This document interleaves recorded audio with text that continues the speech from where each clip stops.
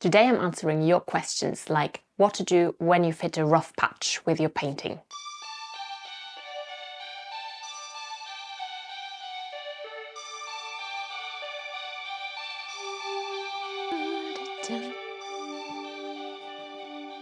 Hi there, I'm Janine, I'm an artist and I share my creative journey on this channel.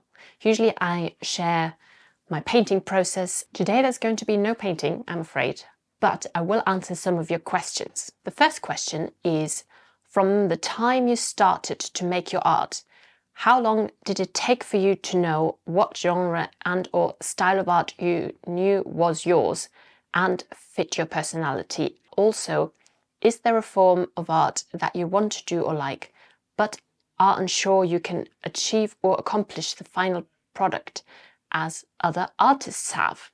That's quite a long question. Let's start with the first one. From the time you started to make art, how long did it take for you to know what genre and or style of art you knew was yours and fit your personality? So, let's skip the whole making art in childhood thing, because I feel like most people do that. I studied fashion design and it was very art focused. So we did have a lot of painting and drawing lessons, but I wasn't really into painting at the time. And then when I started work, I didn't do any painting or drawing really. I did keep on trying to draw a little bit, but the problem was that I didn't know what to paint, and I was always kind of into the thinking I had to do representational art, and that just really wasn't exciting for me. So I think it was maybe 2019 I discovered abstract art for me, and especially intuitive abstract painting, and that is really when it sparked that joy for me. It was just so freeing to be able to do whatever you want on the canvas. So that was really when I discovered abstract art, intuitive abstract painting for myself. So there was about 10 years after studying where I wasn't sure, where I kept on trying a little bit of drawing and painting, but didn't enjoy it. So it took me until, so about 5 years ago, when I discovered abstract painting.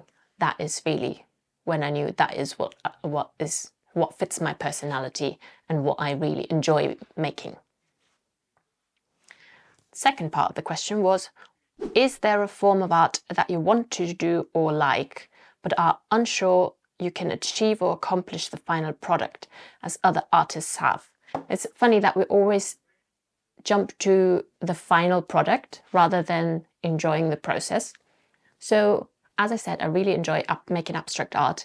Sometimes I think about maybe going a bit more representational, experimenting that. I did a little bit with still life. I really recommend Gabriella Buckingham's experimental still life course. I think it's coming up again as a live course, so I'll link that below for you. I did that, it's really fun. But I just really enjoy abstract painting, so I kind of stick with that. Not to say that I won't do anything else in the future, but for now I just really like abstract painting. Also, I kind of keep on playing with the idea of going outside and painting in the landscape, maybe painting the landscape abstractly, but that again is just a maybe in the future. Maybe in 2025, who knows? And the thing about being unsure that you can accomplish a final result like other artists. First of all, every artist's work is so individual that I wouldn't worry about not being as good as other artists. It's always that we always try and compare ourselves to other artists, whereas the beauty of art is that we each have our own individual style. Is just within us. It's just the kind, all that style is the way we make art, the way we enjoy making art. Being able to achieve a good product is just practice. So if you want to paint representationally, you think you're not good at representational painting, you just need to practice more and then you will get good at it eventually. Same with abstract painting. The more you practice, there are obviously some skills to learn along the way, the more you practice, the more you also learn the skills, and eventually you'll get good at it. How long have you been working professionally as an artist, and what advice would you give to someone who wants to do just that? I started seeing my art as a business in 2020. So that's when I kind of built my, it sounds really boring, but the business of art on the side while I was actually working full-time as an interior designer.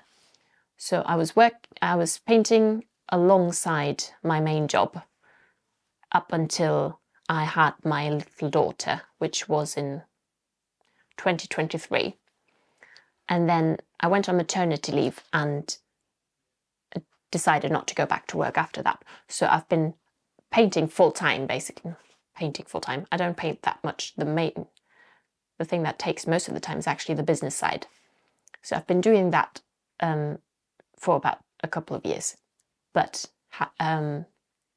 been working on the business for about 5 years now. The advice I can give you is to just keep on practicing your art first of all, and if you want to see it as a job, have a look how you can make money from your art. So obviously you can have a website, sell things through your website, but it's very rare that you just randomly sell something on a website, to be honest. So you need to build your audience. One way to do it that is via Instagram. If you're an artist, I think you should have an Instagram profile and at least share something every now and then. Basically, wherever you share your work, there's the possibility that somebody will see it. Another way is to approach galleries. They do take a commission, obviously, but they also do a lot of the work of finding the buyers. Another approach you can take is going to art fairs. I've done a couple of art fairs. I really recommend them. I really liked being at the art fair and also did quite well in terms of sales at the art fairs. But I know that that can be very hit and miss if you make sales or not. The most helpful thing for me in terms of having art as a profession is I'm part of the Connected Artists Club, Alice Sheridan's Connected Artists Club. I highly, highly recommend it if you want to make your art a business. I'll leave a link in the comments down below. She doesn't open it all year round, so but you can get on the wait list, and it's a membership. The resources are amazing. Anything you want to know in terms of business for artists is there. And if it isn't, it probably will be in the future. And there's just a great community where you can ask any questions and somebody will probably have already gone through the problem you've got. The other way to make money as an artist, obviously, is to teach. So you could hold local workshops, online classes, things like that. So you don't always have to sell your paintings to make a living from your art. In fact, the more diverse your income streams, the better, because then if you don't sell a lot of paintings, you still got something else to fall on. Or you could make prints from your art, which are more of a low price item, so you'll have to sell more prints to make the same amount of money as you would from one original painting. So there's many ways to make money from your art. Just have a look into what options there are available to you. Maybe look at local art and craft fairs, build a website, and do have a look at the Connected Artists Club. How much prep do you do for painting? Do you use the same process for each painting? I use a similar process, but I try not to use exactly the same process. So the prep I do for a painting, I work in series. So I will start off by compiling all the things that I've noticed that I enjoy. For example, if I've been going for walks and I really like, at the moment I'm really drawn to all the dried flowers and dried plants out in the winter. And also I've moved to the sea a year ago, so that's kind of influencing me, and the way the light changes. All these little bits that I've noticed, I compile into a sketchbook. I've actually got a video that I'll link below on how I go through that process. Also, in terms of the painting, what kind of colours am I enjoying? What kind of marks have I been enjoying? And I compile all of these, make a mood board. And I also make a colour palette, which is completely optional, but I really enjoy mixing colours, selecting colours. I think that's my design background that comes back into that. Again, I've got a video that I'll link down below on how I do that. And then I start painting by just eliminating the blank canvas and usually using leftover paint from a previous series just to get rid of that blank canvas, and then paint intuitively, and the painting sort of will slowly emerge. That is kind of my process and how I start. There was one question, what was your colour palette? And I think that's the post, which is of a commission I did. And my colour palette for that was what I used for my whole last series. And it's phthalo blue, magenta, and yellow oxide.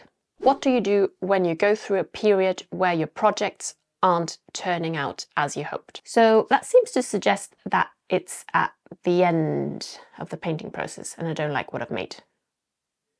Which I never have that problem, because then I just see it as not finished and I will continue working on it until I like it. So that might take a long time. But every single painting that I've worked on goes through a stage that many artists call the messy middle, which is basically the beginning.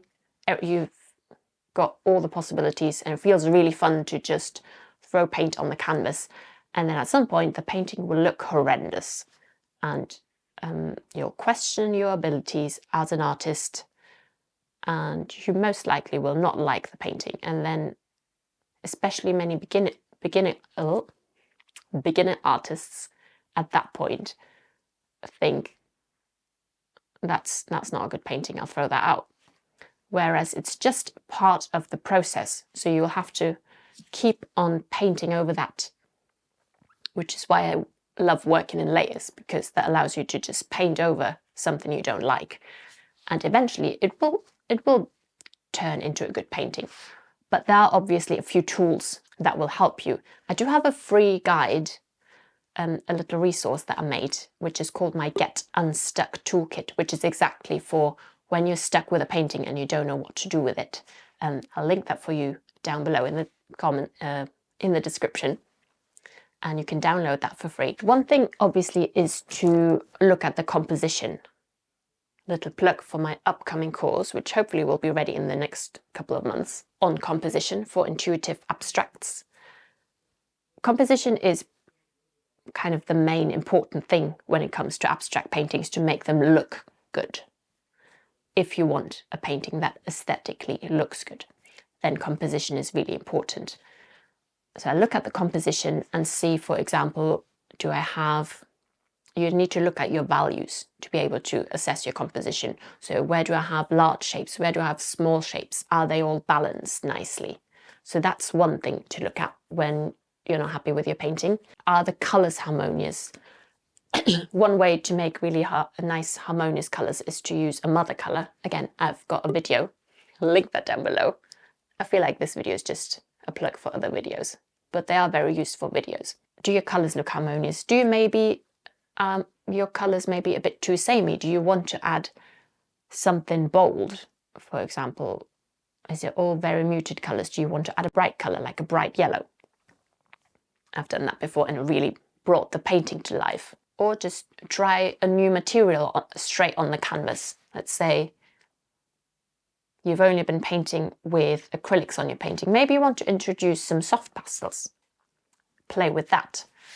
And if nothing helps, then I just like to take a break from the painting, which does happen quite a lot. I sometimes leave a painting for a couple of weeks until I get back to it. And then you can look at it with fresh eyes, which really helps to then see where the problems lie with your painting. Would you consider a live painting demonstration? I have thought about doing a live session. Somehow it feels more scary to do a live painting demonstration rather than sharing a process and then uploading it afterwards. But maybe that's on the cards for 2025. If you're interested in seeing a live painting demo, then do let me know in the comments and maybe we'll arrange something. I really hope this was helpful. I've linked a bunch of videos that I've mentioned in the comments down below. So do have a look if you want to dive into something further. And thank you so much to everybody who has submitted a question. I hope this answered your question. If I haven't, if I've misunderstood your question or haven't quite answered something, do let me know and I'll get back to you. Thanks and bye bye.